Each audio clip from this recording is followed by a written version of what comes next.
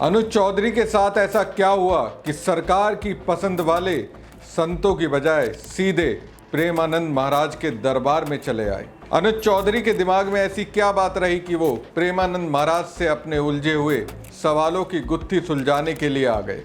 क्या सीओ रहते हुए संबल में जो उन्होंने किया उस पर वो पश्चाताप करने की विधि पूछने के लिए प्रेमानंद महाराज के पास आए? आखिर योगी राज में प्रमोशन मिलने के बाद भी चिंतित क्यों हो गए अनुज चौधरी?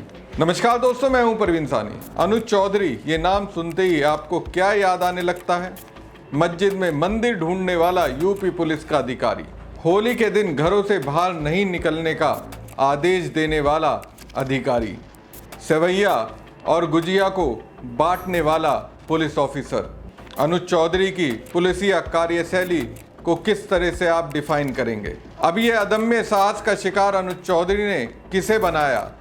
आप गूगल बाबा सर्च मारिए, पूरी कहानी आपके सामने आ जाएगी। खैर, प्रेमानंद महाराज के शरण में अनुज चौधरी अपने दिमाग में मौजूद चिंताओं के निवारण के लिए आए। चिंता कहिए, दुविधा कहिए या फिर दिमाग के अंदर छिपे पश्चाताप कहिए, कुछ तो ऐसी बात रही जिसके लिए अनुज चौधरी प्रेमानंद महाराज के दरबार में आए। मशहूर कथावाचक प्रेमानंद महाराज जी वो हैं जिनके पास भारी संख्या में श्रद्धालुओं की भीड़ उमड़ती है। प्रेमानंद जी की कथा सुनने के लिए न केवल बॉलीवुड और क्रिकेट जगत की बल्कि बड़े बड़े अधिकारी और मंत्री भी पहुंचते हैं। अब अनुज चौधरी का प्रमोशन हुआ है, वो सीओ से एडिशनल एसपी बन गए, फिर भी प्रेमानंद महाराज के दरबार में आए।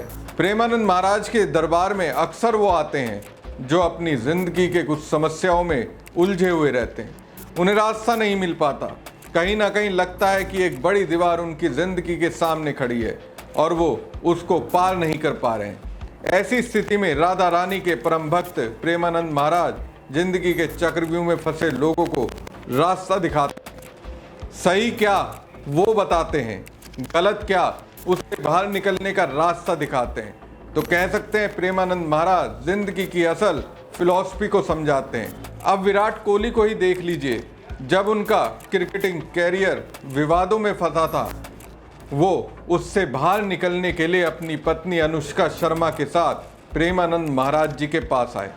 बाबा ने रास्ता दिखाया, कोहली उस विपरीत दौर से बाहर निकले, उसके बाद वो फिर अपनी पत्नी के साथ आए। ऐसी तमाम घटनाएं जो ये बताने के लिए काफ़ी है प्रेमानंद महाराज ट्रैक से उतरी जिंदगी को पटरी पर लाने का काम करते रहे हैं। अब अनुज चौधरी शायद ऐसी स्थिति में फंसे हुए हैं, इसके लिए अनुज चौधरी वृंदावन पहुंचकर प्रेमानंद महाराज के दरबार में आए और उनका आशीर्वाद लिया।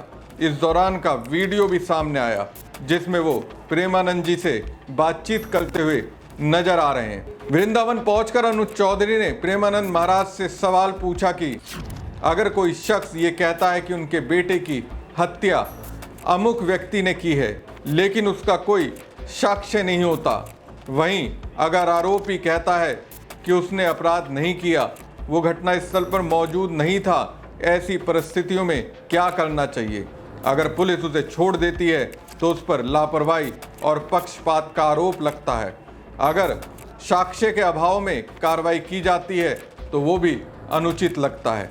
ऐसे में क्या करना चाहिए? वैसे कायदे से एएसपी बन चुके अनुज चौधरी को प्रेमानंद महाराज से ये सवाल पूछना चाहिए था कि उन्होंने सीओ के पद पर रहते हिंदू और मुस्लिम के बीच जो फर्क किया वो सही था या गलत? जिस अंदाज में संभल में सीओ रहते हुए उन्होंने धार्मिक चश्मे को पहनकर काम किया, क्या वो सही था या गलत? जिस तरह से त्योहारों की गुणवत्ता को अपनी कसौटी पर परखा, वो सही था या गलत? ये तो सीओ अनुज चौधरी को जरूर प्रेमानंद महाराज से पूछना चाहिए था। खैर, जो सवाल किया उसका जवाब प्रेमानंद महाराज जी ने दिया। उससे तो मुझे ऐसा लगा कि प्रेमानंद महाराज जी ने एएसपी अनुज चौधरी को आईना दिखा दिया। अनुज चौधरी के सवालों का जवाब देते हुए प्रेमानंद महाराज ने कहा, ऐसे समय में आपको साक्ष्य और रिपोर्ट के आधार पर कार्रवाई करनी चाहिए, क्योंकि आप कोई अंतर्यामी तो है नहीं जो पर्दे के पीछे की बात को जान जाएंगे। अगर किसी निर्दोष के खिलाफ रिपोर्ट दर्ज हो रही है तो ये उसका प्रारब्ध हो सकता है। ये उस पाप का प्रारब्ध हो सकता है जो उसने अभी तक भोगा नहीं। उसने अपराध ना किया हो, लेकिन ये उसके किसी ऐसे पाप का फल हो सकता है जो उसने कभी छुपाया होगा। साक्ष्य के आधार पर कार्रवाई करने पर आपको दोष नहीं लगता, लेकिन सब जानते हुए भी किसी के खिलाफ कार्रवाई करने से बचना चाहिए। ये तो आखिर में प्रेमानंद महाराज ने कहा कि सब जानते हुए भी किसी के खिलाफ कार्रवाई करने से बचना चाहिए। ये 100% की बात है, जिसे सुनकर अनुज चौधरी एक पल के लिए सोचने को मजबूर हो गए, क्योंकि जो उन्होंने संभल में सीओ के पद पर रहते हुए किया वो ठीक नहीं लगा मुझे। यूपी में बहुसंख्यकों में से ज्यादातर को ठीक नहीं लगा। ठीक लगा होगा तो बीजेपी, क्योंकि बीजेपी की राजनीति को परफेक्ट तौर पर खाद पानी अनुज चौधरी ने दिया। दो धर्मों में सीधे तौर पर एक धर्म का पक्ष लिया जो किसी अहम पद पर रहने वाले अधिकारी को लेना नहीं चाहिए। शायद इसी बात का उन्हें इनाम मिला और यूपी के पहले ऐसे अधिकारी बन गए जो सब इंस्पेक्टर से एएसपी तक पहुंचे हैं। ये मुस्लिमों से नफरत का उन्हें बहुत बड़ा इनाम मिला है। पिछले साल संभल मस्जिद सर्वे के दौरान हुई हिंसा के बाद अनुज चौधरी चर्चा में आए थे। उन पर एक पक्षीय बयान और कार्रवाई का आरोप लगा था। इतना ही नहीं, वर्दी में धार्मिक कार्यक्रमों में शामिल होने पर भी उनकी आलोचना हुई थी।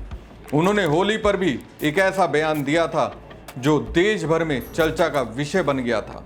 इसके बाद उन्हें संभल से चंदोसी तबादला किया गया और अब उन्हें एडिशनल एसपी पद देकर सरकार ने इनाम दे दिया। इसके अलावा पूर्व आईपीएस अमिताभ ठाकुर ने भी अनुज चौधरी के खिलाफ पुलिस सर्विस रूल्स उल्लंघन के मामले में शिकायत की थी, जिसमें जांच के बाद उन्हें क्लीन चिट मिल चुकी थी। बहरहाल आपको बता दें कि पुलिस सेवा में आने से पहले अनुज चौधरी एक अंतर्राष्ट्रीय स्तर के पहलवान रहे। वो मूल रूप से मुजफ्फरनगर के बेहड़ी गांव के रहने वाले हैं। 1997 से 2014 तक वो लगातार राष्ट्रीय चैंपियन रहे। 2002 और 2010 के नेशनल गेम्स में उन्होंने 2 रजत पदक जीते। 2005 से 2009 की एशियाई चैंपियनशिप में भी उन्होंने पदक जीता। 2010 की नई दिल्ली राष्ट्रमंडल खेलों में उन्होंने रजत पदक जीता। 2004 के एथेंस ओलंपिक में उन्होंने भारत का प्रतिनिधित्व किया।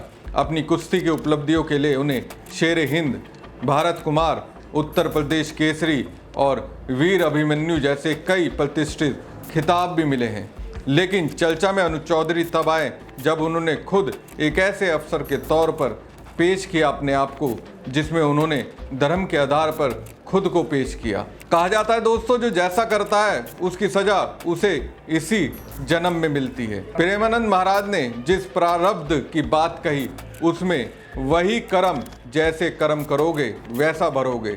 आज नहीं तो कल, कल नहीं तो फिर अपने जीवन काल में कभी, या फिर इस जीवन काल में नहीं तो फिर दूसरे जन्म में कभी ना कभी प्रारब्ध तो घसीटेगा ही। हमारी खबर आपको कैसी लगी कमेंट बॉक्स में कमेंट करके जरूर बताएं। साथ ही पेज को ज़्यादा से ज़्यादा लाइक और शेयर कीजिएगा। धन्यवाद।